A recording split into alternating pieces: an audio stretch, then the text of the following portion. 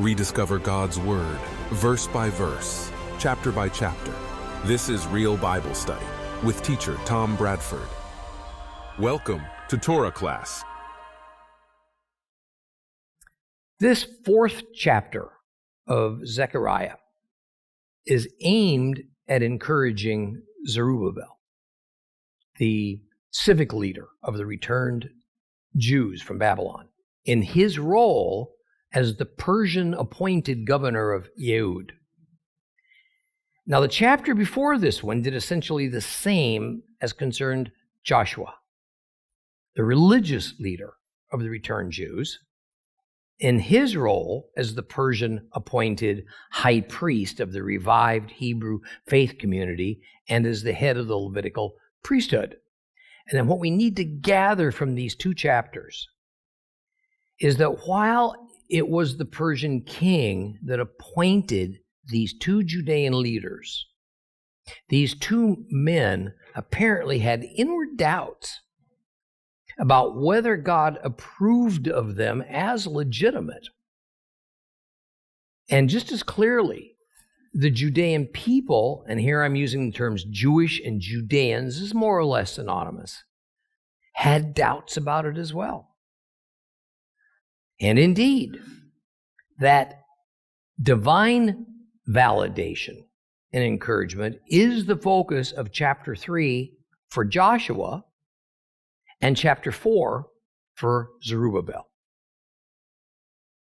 Now, since the primary mode of communicating these several prophecies that were being given to Zechariah was symbolism, then chapter 4 uses a menorah and two olive trees as its symbol.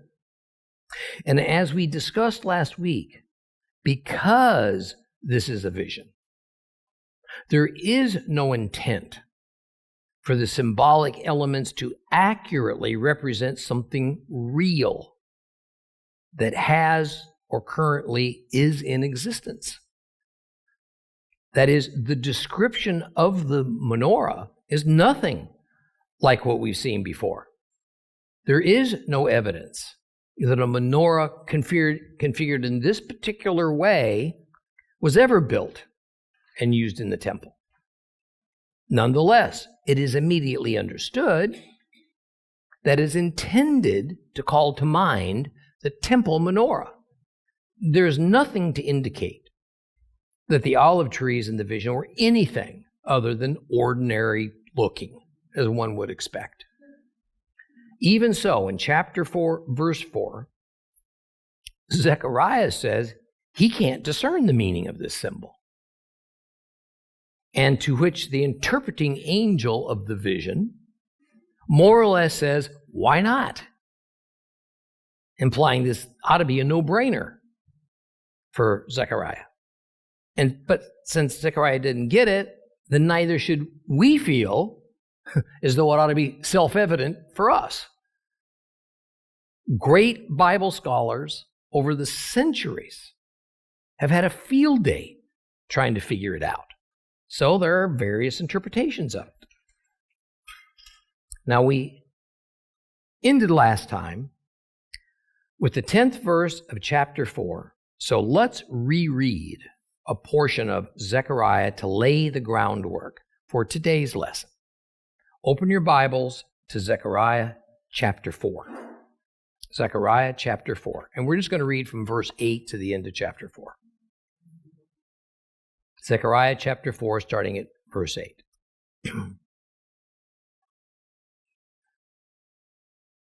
This message from Adonai came to me.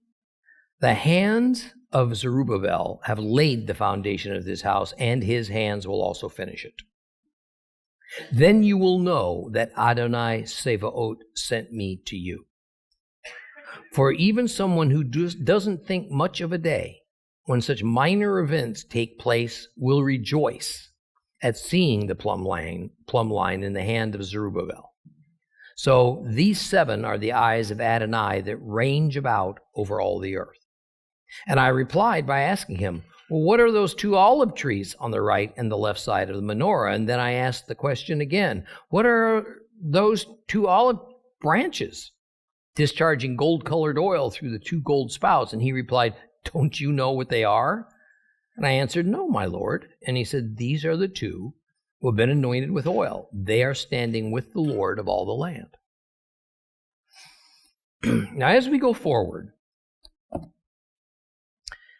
be reminded that just as Joshua represents himself and also symbolically represents the office of the high priest and of all the priesthood, so Zerubbabel represents himself and also symbolically represents the office of the civic ruler of the Judean people, as well as all the Judean people themselves.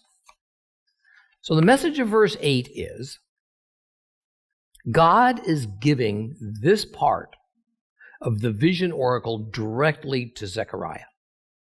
Verse 9 is a statement of Yehovah's divine validation of Zerubbabel as the God-approved leader to complete the temple rebuilding project.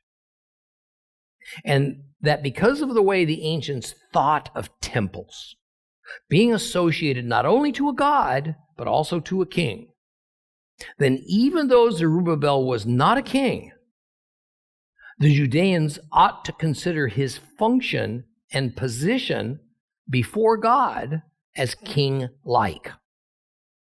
Thus, just as the first temple was called Solomon's temple, then this rebuilt one should be thought of as Zerubbabel's temple. Now, verse 10 must be approached with a better translation than most Bible versions supply. And I suggest it ought to be the following to get the original and true intent of it across. Does anyone scorn a day of small beginnings? When they see the stone of distinction in the hand of Zerubbabel, they shall rejoice. Those 7 are the eyes of the Lord, ranging over the whole earth. Okay, that is, no one treats with contempt a day of small beginnings. No reasonable person who has the goal or hope of seeing something grand accomplished despises the day when the necessary series of small steps that will be needed to reach that goal begins.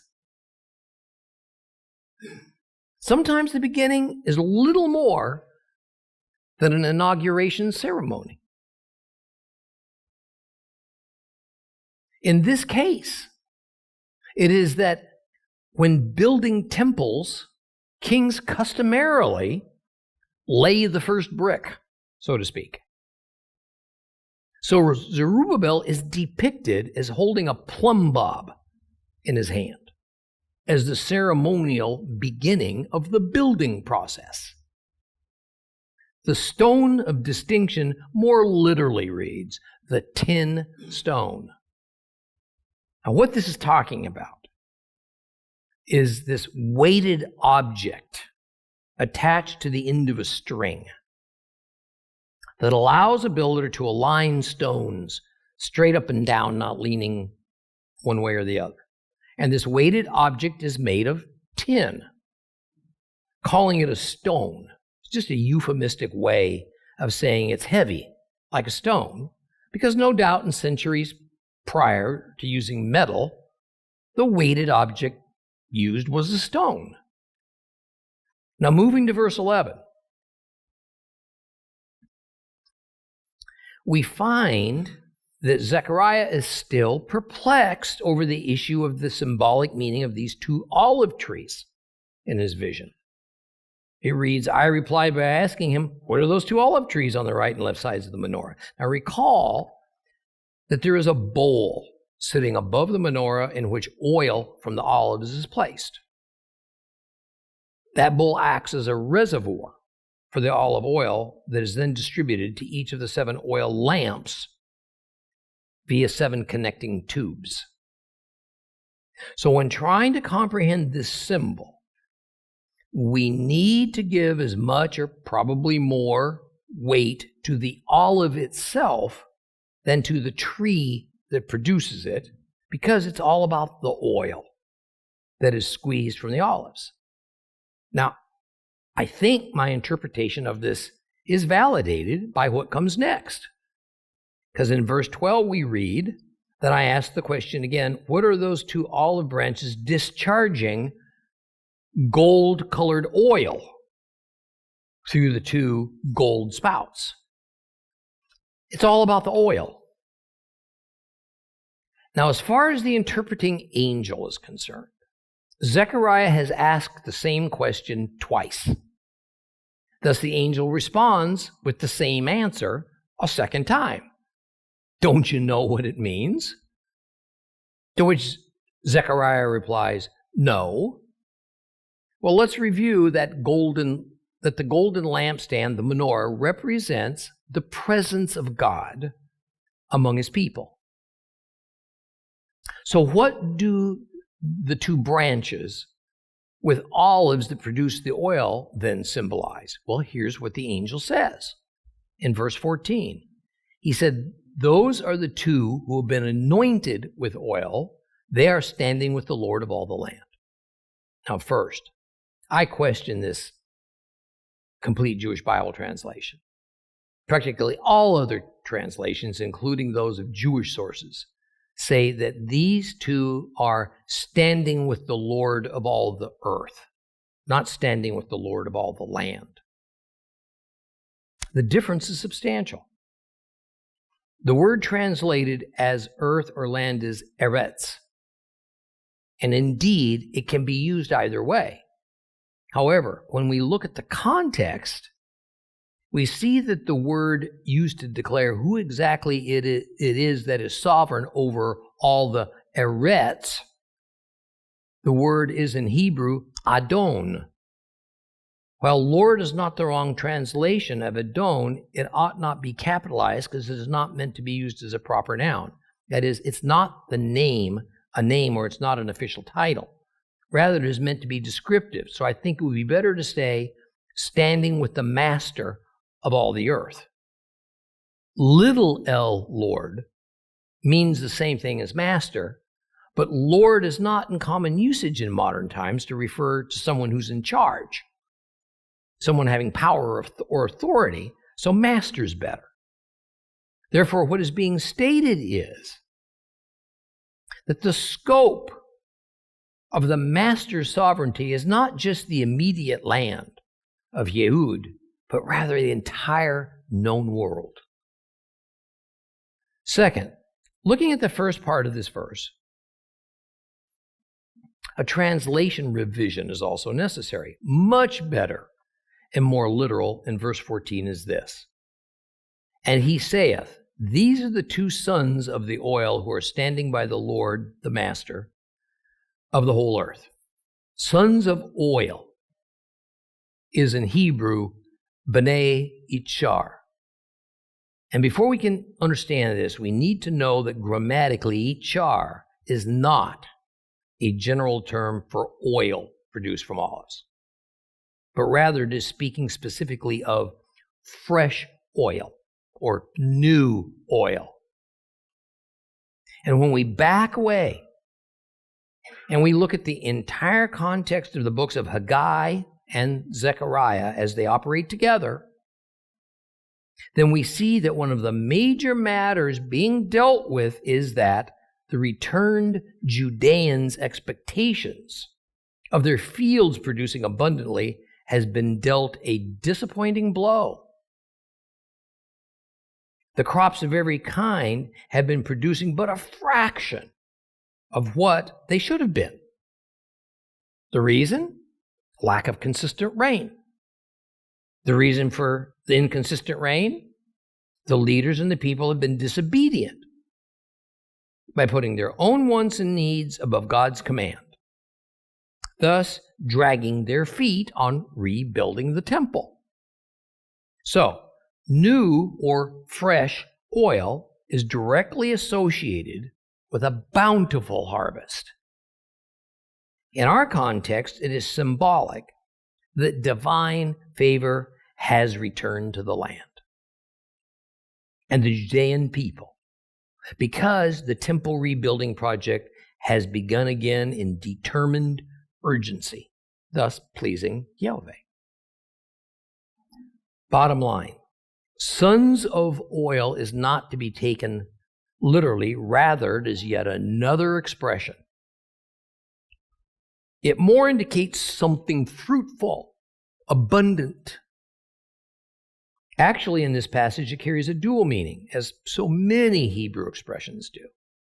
One meaning concerns bounty and fertility, in this case, a newly returned bounty and fertility of the land. And the other meaning is that this concerns two persons or individuals.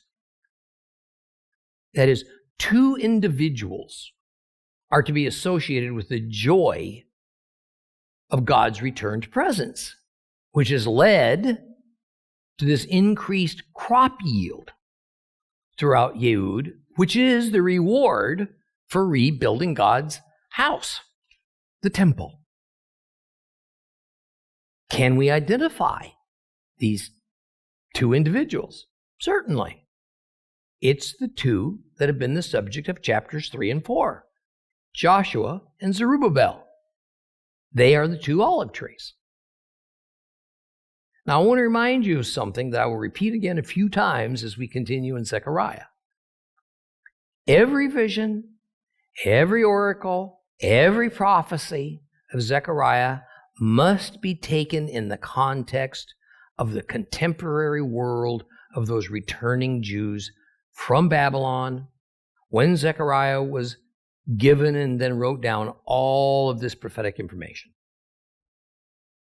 A modern Bible student, no matter where on this planet this student might reside, is greatly challenged by this, because attempting to understand these symbols that only have meaning in the context of Zerubbabel's time and circumstances, that requires much study of those ancient times. One cannot merely read the words and then somehow know what the intent is.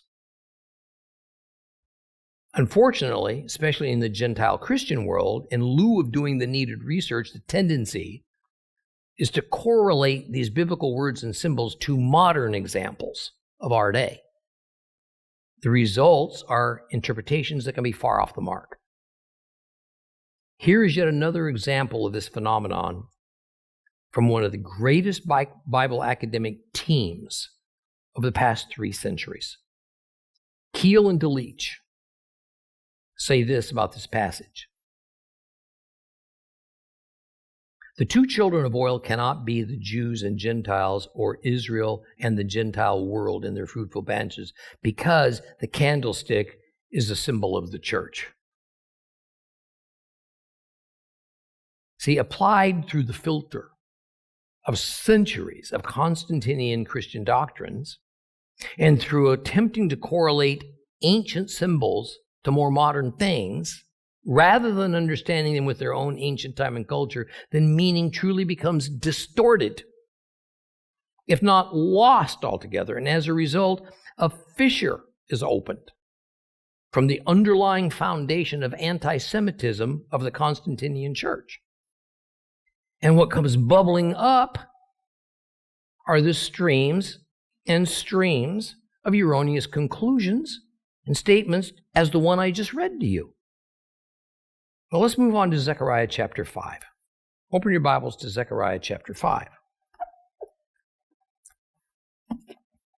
Go read it all.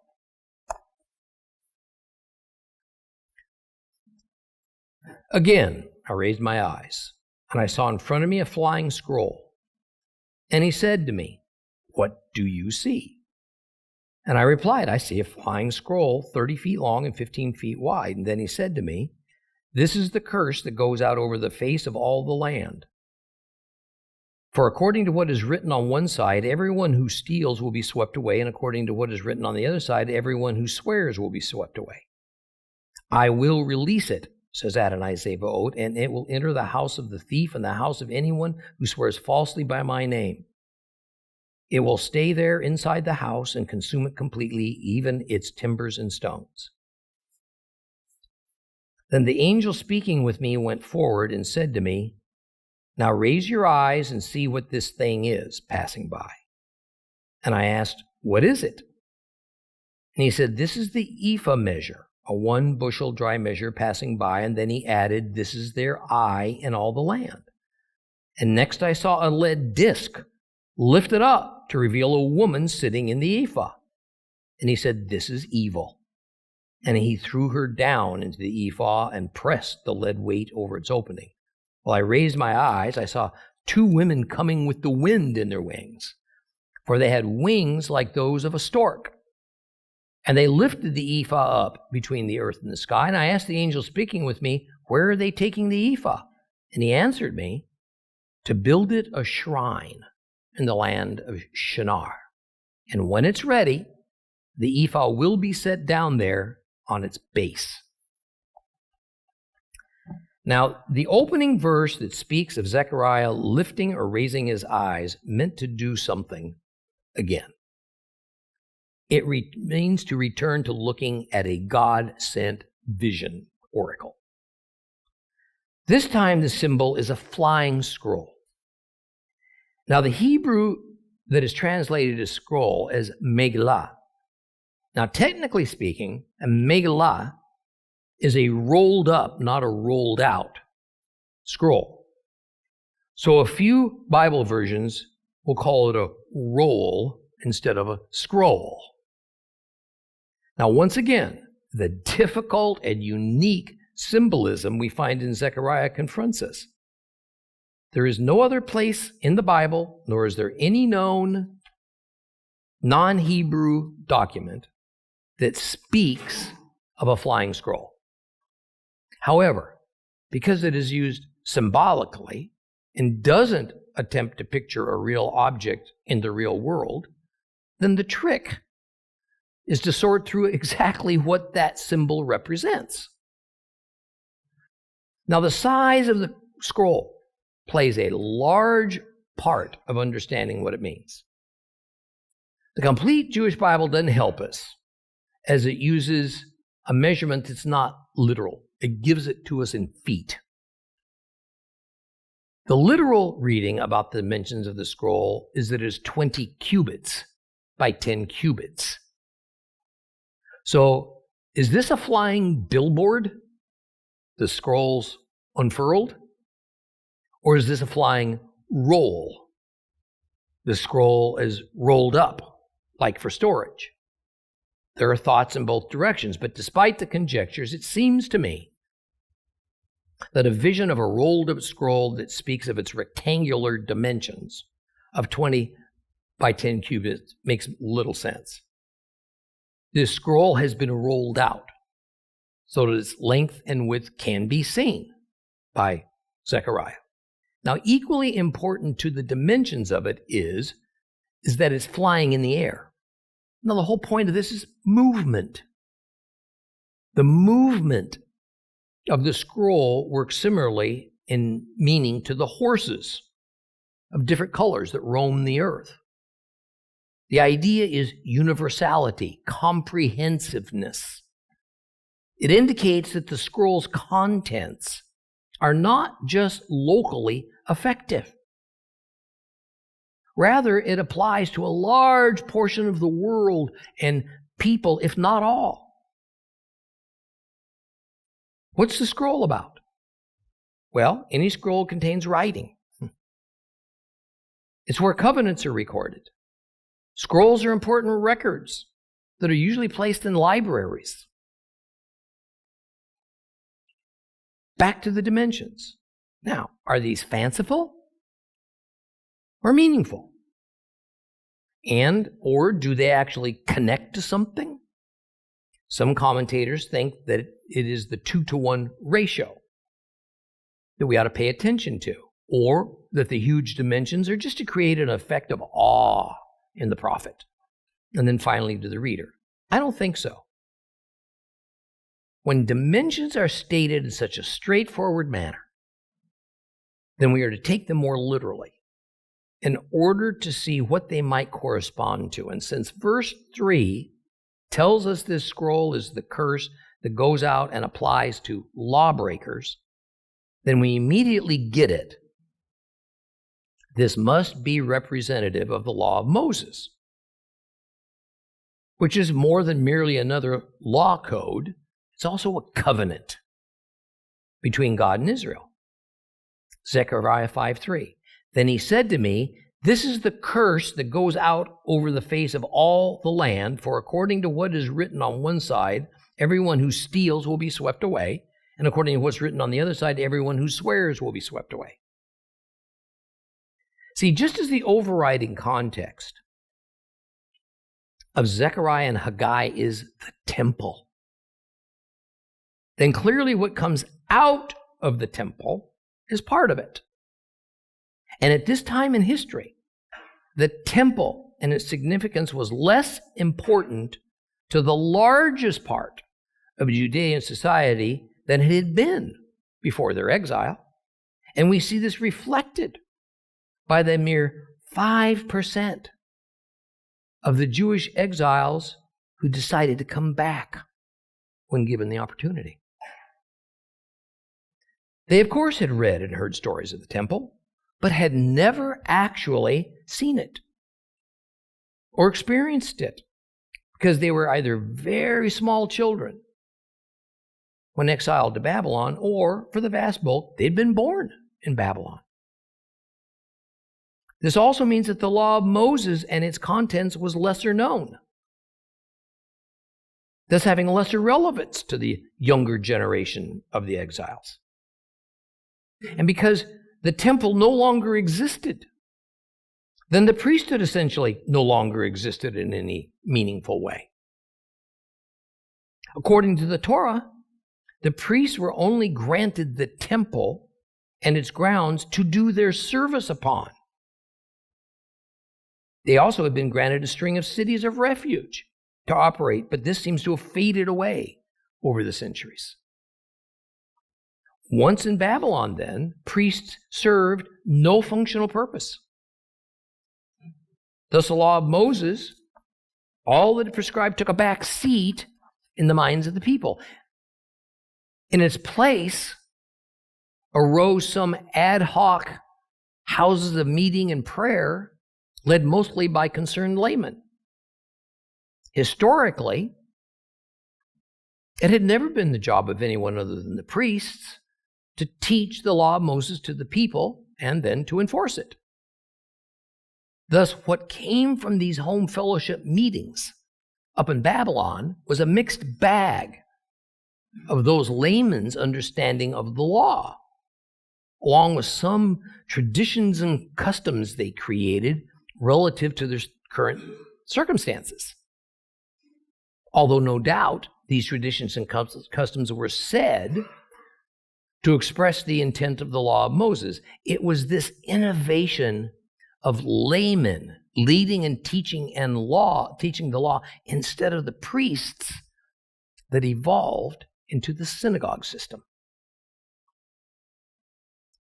Now we are told that the original Torah had been placed in the Ark of the Covenant.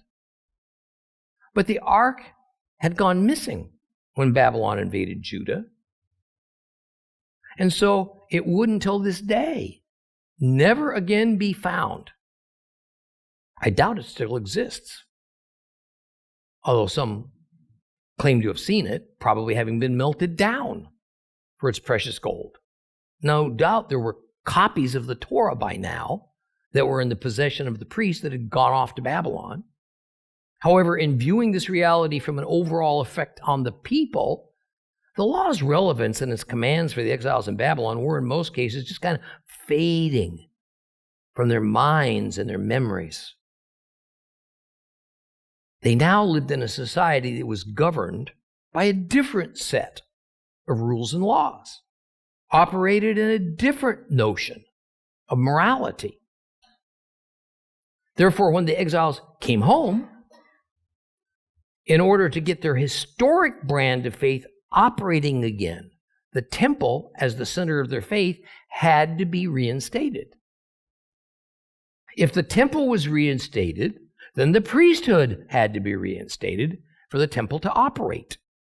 And in order to run the temple and the priesthood, And for Zerubbabel and Joshua to rule over the people, so did the law of Moses have to be reinstated, because temple, priesthood, and law of Moses all work together to form the core of the covenant that made Israel uniquely Israel. Their covenant relationship with God. Now, Joshua represented the temple and the priesthood. Zerubbabel represented the civil governance of the people. Now, the flying scroll symbolically represented the Torah and the law of Moses. However, for the moment, the focus is on the curses side of the law for those who break it. So, a third aspect to the symbolism of the flying scroll is that the flying represented swift movement, such that the provisions of the law would be reestablished and quickly visit the lawbreakers. Let's be clear about this curse aspect of the law, because it is so terribly misunderstood within traditional Christianity. Therefore, it is so radically misspoken about. The Hebrew word used here for curse is Allah. Doesn't mean curse in the sense of a blasphemous word or phrase, nor does it mean an expression of anger. It is a word that operates within covenant language, and it is part of the terms of a covenant. It is that part of a covenant that says what happens when a party to the covenant breaches its terms. The law of Moses covenant provides for two basic outcomes: blessings for obedience to God's commands, curses for disobedience. Curse is more properly seen as a penalty equivalent to a sentence handed down by a court of law for a violation. That is, if one obeyed the law of Moses, they could expect God's shalom and fruitfulness in their lives. But if they broke a commandment, there would be a penalty, a prescribed consequence based upon a hierarchy of the seriousness of the sin involved in what is commonly known as a lex talionis structure. That is, the punishment is proportionate to the seriousness of the crime that's committed. It is no different from most Western legal systems in existence today. No one has to worry about being punished if they obey the laws of society. Yet, just because there are punishments in these legal systems for breaking the various laws, that hardly means that the legal system itself is only about oppressing and punishing people to make them unhappy slaves to that society's laws. Constantinian Christianity, however, has twisted the meaning of curse for its own purposes, saying that the term the curse or the curse of the law, as found in the Bible, means the law of Moses is no more nor less than a system of oppression upon people, making the law of Moses itself nothing but a needless heavy burden upon the people to appease a God who can never be fully appeased. All one has to do is to read the Torah to just dismiss such a slanderous notion. Now, upon the return of the Babylonian exiles to their former homeland after 70 years of exile, God then determined it was time for a re-recognition of the authority of the law of Moses within the Judean community. The flying scroll is a visualization of his determination to bring social cohesion and stability to the Judeans through the force of that covenant made on Mount Sinai, that by now was 700 years old. If I could presume to add a tagline to the symbol of the flying scroll, it would be, the law of Moses is again in effect everywhere. Now, when in verse 2, the interpreting angel asks Zechariah what he sees, the main focus is on the flying scroll's dimensions of 20 cubits by 10 cubits.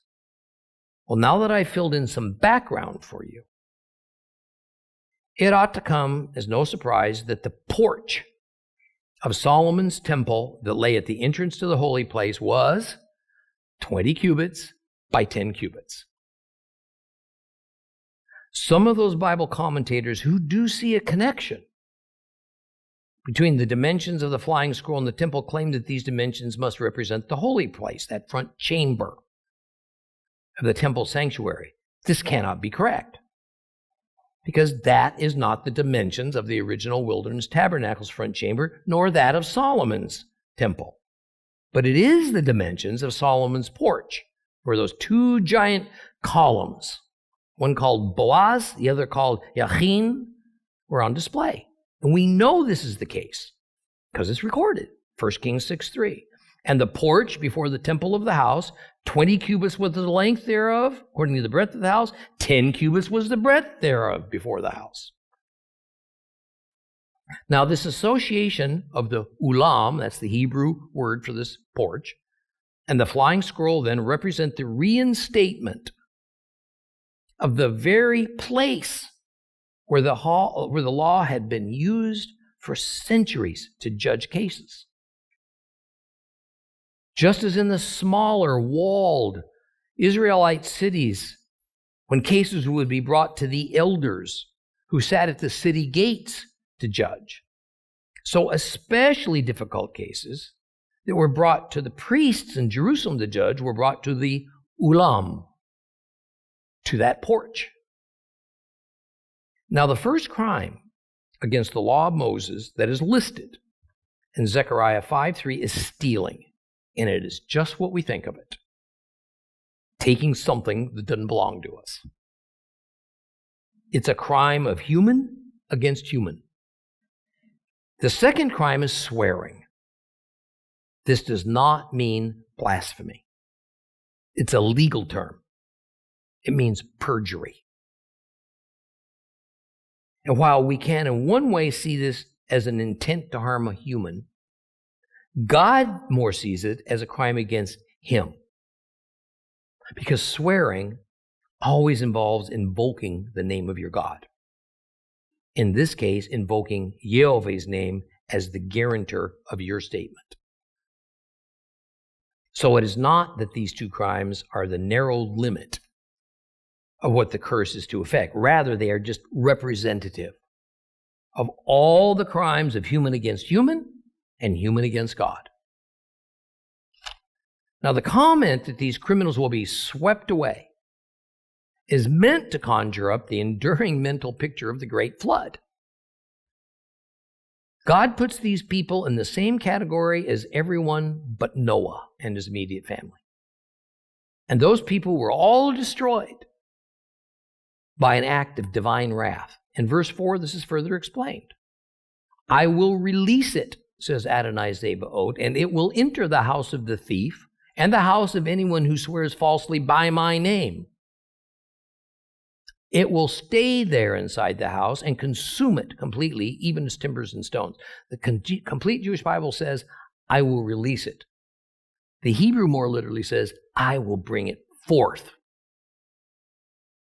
The complete Jewish Bible says this is going to happen. The Hebrew says this has happened.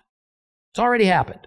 More, God is not allowing the curse to go out, the way one would release a lion from a cage that has held this lion back from doing what lions do. He himself has intentionally sent it out to do what he intends to do. And when this speaks of the curse entering the house of the thief and the perjurer, it means that anyone who commits sins will not go unfound.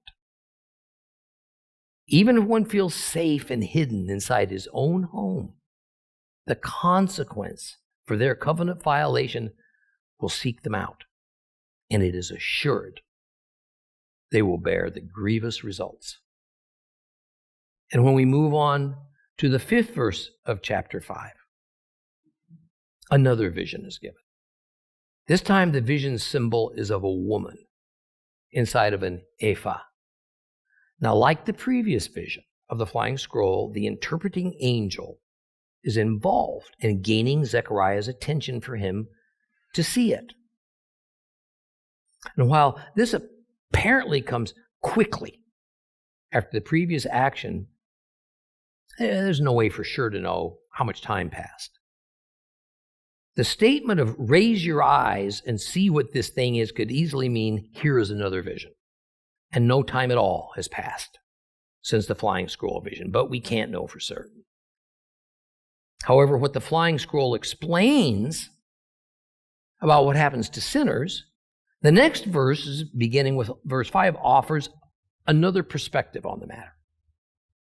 What we are to notice is that while the ephah seems to be the primary vision object, in fact, it's what's inside of it that's the point. An ephah is a means of measurement of dry goods. It doubles as the meaning of the container that the dry goods are in. So saying ephah is like saying bushel. We can easily equate bushel and bushel basket as essentially being the same things. Now, to help us visualize it, an ephah was slightly more or a bit less than the size of a bushel. No one knows for sure. What might not be so apparent is that an ephah was the largest unit of dry goods measurement of volume, not weight, in use in biblical times. When we read of the omer, as in counting the omer, meaning counting the days between the Passover and Shavuot biblical feasts, that is said to be the equivalent of 10 ephahs. But omers were simply ritual-oriented, used only in ritual language. And there was no such thing as an actual omer-sized container, nor was the omer used as a standard measure of dry goods in commerce. Everything was ephah-based. Zechariah 5:6, and I asked, what is it? And he said, this is the ephah measure passing by. And he added, this is the eye, this is their eye in all the land.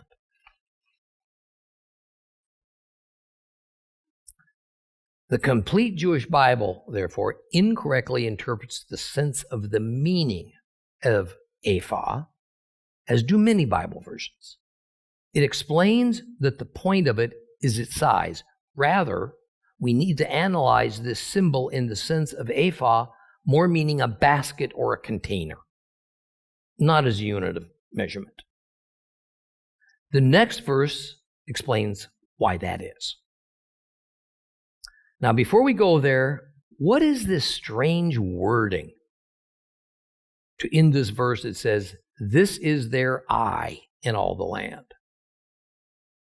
Indeed, the Hebrew word translated to eye is ein.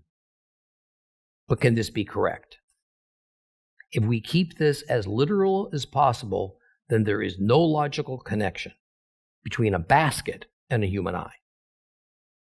Well, the Greek Septuagint, created about 250 BC as a Greek translation of the Hebrew Bible, takes this word differently. It takes it to mean their iniquity. But the Latin translations read eye. Well, I certainly don't know the answer. My suspicion is that the word eye also at one time had a secondary meaning as appearance. That is, to the eye, what something looked like. But then we get to verse 7. Next I saw a lead disc lifted up to reveal a woman sitting in the ephah. What a strange sight. A lead lid covers a container, and within the container sits not grain, not some other commodity, but rather a woman. This is strong evidence that the size of the basket has no meaning, because an ephah is only about 1 cubic foot. The woman would have to be very tiny to fit in such a small space. So here, size simply plays no role in the symbol, even though size was everything in the matter of the flying scroll. There is a woman in a container with a lead lid on top of it. What has a lead lid to do with anything? Why would there be a woman inside a basket? That's what we'll explore the next time we meet. For more teachings of real Bible study and to rediscover God's Word with Tom Bradford, visit Torah Class today on the web, streaming TV, or download the Torah Class mobile app.